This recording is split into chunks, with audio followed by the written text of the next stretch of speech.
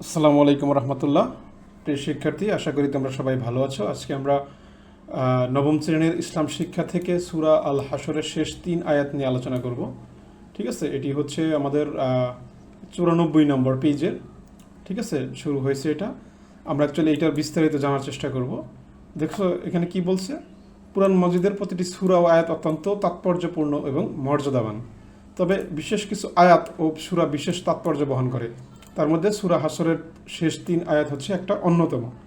সূরা আল হাশর পবিত্র কুরআনের 59তম সূরা, এটি মদিনায় নাজিল হয়। আমরা এখন সূরা আল হাশরের শেষ 3 আয়াত অর্থাৎ 22, 23 এবং 24তম আয়াতের অর্থ, ব্যাখ্যা এবং ফজিলত জানব। আমরা প্রথমে আলোচনা করব ফজিলত নিয়ে। সূরা হাশরের 3 আয়াত অনেক গুরুত্ব ও ফজিলত রয়েছে। এই আয়াতগুলোর মধ্যে মহান আল্লাহর কতিপয় মহাত্মাপূর্ণ গুণবাচক নামের পরিচয় সুন্দরভাবে ফুটে উঠেছে। এই 3 আয়াতের ফজিলত সম্পর্কে মহানবী সাল্লাল্লাহু আলাইহি ওয়াসাল্লাম বলেছেন, যে ব্যক্তি সকালবেলা 3 বার এটা পড়বে আর কি। ঠিক আছে, যেমন কি বলছে এখানে দেখো, উচ্চারণটা এইটা আর কি, যে আউযু বিল্লাহিস সামিউল আলিম মিনাশ শাইতানির রাজিম পাঠ করার পর সূরা হাশরের শেষ 3 আয়াত তেলাওয়াত করবে, আল্লাহ তাআলা তার জন্য 70,000 ফেরেশতা নিযুক্ত করে দেবেন, যারা সন্ধ্যা পর্যন্ত উক্ত ব্যক্তির জন্য মাগফিরাতের দোয়া করতে থাকবে। আর এই সময়ের মাঝে যদি লোকটি মারা যায় তাহলে সে শহীদের মৃত্যু লাভ করবে। আর যে ব্যক্তি সন্ধ্যায় এভাবে পাঠ করবে সেও এই ফজিলত লাভ করবে। ঠিক আছে, তার মানে দেখো, যদি কেউ এটা 3 বার পাঠ করে আর কি সকালবেলা, যে ব্যক্তি সকালবেলা 3 বার এটা আউযু বিল্লাহি মিনাশ শাইতানির রাজিম বিসমিল্লাহির রহমানির রহিম এটা সহ আর কি, আউযু বিল্লাহিস সামিউল আলিম মিনাশ শাইতানির রাজিম এটা সহ যখন পড়বে, আউযু বিল্লাহি সামিউল আলিম মিনাশ শাইতানির রাজিম বিসমিল্লাহির রহমানির রহিম এই কথা সহ 3 বার করে যদি পাঠ করে, এইটা হচ্ছে এরকম ফজিলত। দেখো এখানে শব্দের অর্থ দেওয়া আছে।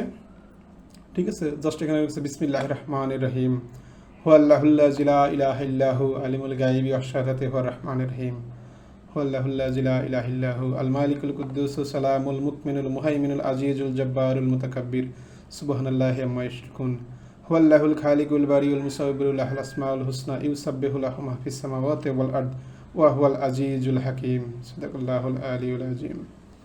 ঠিক আছে, এই হচ্ছে মনে করো সূরা হাশরের 3 আয়াত।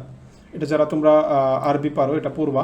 ঠিক আছে, যারা আরবি জানো না তারা কিন্তু বাংলা দেখে, তোমাদের অনেক বাংলা দেখবা বইয়ে পাওয়া যায়, সেখান থেকে তোমরা শিখে নেবে।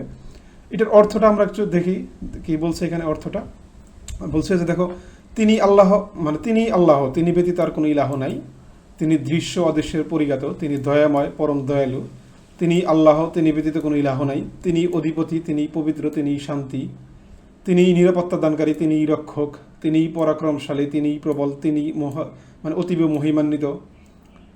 তারা যা কিছু শরীক স্থির করে আল্লাহ তা থেকে পবিত্র। তিনি আল্লাহ সৃষ্টিকর্তা, উদ্ভাবনকর্তা, আকৃতিদাতা, তার রয়েছে উত্তম নামসমূহ। আকাশমণ্ডলী ও পৃথিবীতে যা কিছু আছে সমস্তই তার পবিত্রতা ও মহিমা ঘোষণা করে। তিনি পরাক্রমশালী, প্রজ্ঞাময়। এটা হচ্ছে এটার অর্থ। ঠিক আছে, সো তোমরা এটা অর্থটা জানবা, বোঝার চেষ্টা করবা। এরপর হচ্ছে কি ব্যাখ্যা। এই আয়াতসমূহে মহান আল্লাহর কিছু গুণবাচক নামের বিবরণ দেয়া আছে।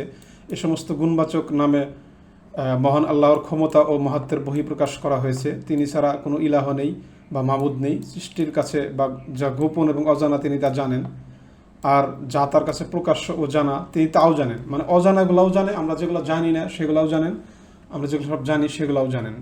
এই বিশ্বজাহানের কোনো বস্তুই তার জ্ঞানের বাইরে নয়, সব কিছু সম্পর্কেই তিনি জানেন।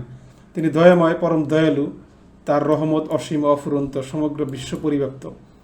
বিশ্বজাহানের প্রতিটি জিনিসই তার বদান্যতা অনুগ্রহ লাভ করে থাকে। তিনি সর্বময় ক্ষমতার অধিকারী। আসমান জমিন থেকে শুরু করে সৃষ্টির সকল কিছু তার নিয়ন্ত্রণে। তিনি যেভাবে ইচ্ছা সেভাবেই সেগুলাকে লালন পালন করতে পারেন। যা ইচ্ছা তিনি তাই করতে পারেন। ইবাদত পাওয়ার যোগ্যতা একমাত্র তিনিই। আসমান জমিনের সবই তার তসবিহ পড়ে এবং পবিত্রতা ঘোষণা করে। সুতরাং আমাদের কর্তব্য একমাত্র তারাই ইবাদত করা, তার সকল আদেশ নিষেধ মেনে চলা। ঠিক আছে, তার এইটা সূরাটা দেখো কতটা ফজিলতপূর্ণ একটা বিষয়, যে এই শেষের 3 আয়াতটা যদি থেকে মুখস্থ করে সকাল বিকাল সবসময় যদি পড়ে আর কি, ঠিক আছে, তাহলে সে মৃত্যু যেখানে সেটা যে বলা হয়েছে কি যে এতটাই ফজিলত যে যদি মারা যায় তাহলে তার শহীদী মৃত্যু লাভ করবে আর কি। ঠিক আছে, আল্লাহ তাআলা 70,000 ফেরেশতা নিযুক্ত করে দেয় তার জন্য দোয়া করার জন্য। ঠিক আছে, সো এটা তোমরা শিখে নেবে এবং সেটা আমল করার চেষ্টা করবে ইনশাল্লাহ।